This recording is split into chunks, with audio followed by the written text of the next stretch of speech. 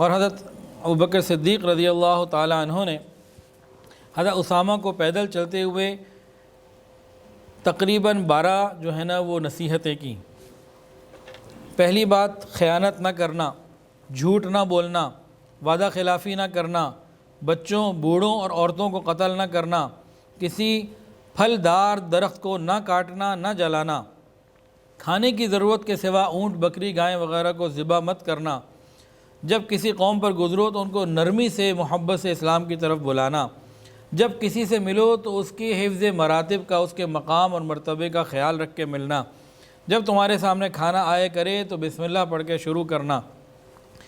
وہ یہودی اور عیسائی جنہوں نے دنیا سے کنارہ کشی اختیار کی ہوئی ہے اور اپنی عبادت گاہوں میں رہتے ہیں، دنیاوی معاملات سے بالکل ہٹ کٹ کے زندگی گزارتے ہیں، ان سے کوئی مقابلہ نہ کرنا۔ 11ویں نصیحت یہ کی کہ ان تمام کاموں میں جن کے کرنے کا حکم رسول اللہ صلی اللہ علیہ وسلم نے تم کو دیا ہے، نہ اس میں کوئی کمی کرنا، نہ زیادتی کرنا۔ اور 12ویں بات، اللہ کے نام پر اللہ کے راہ میں کفار سے لڑائی کرنا۔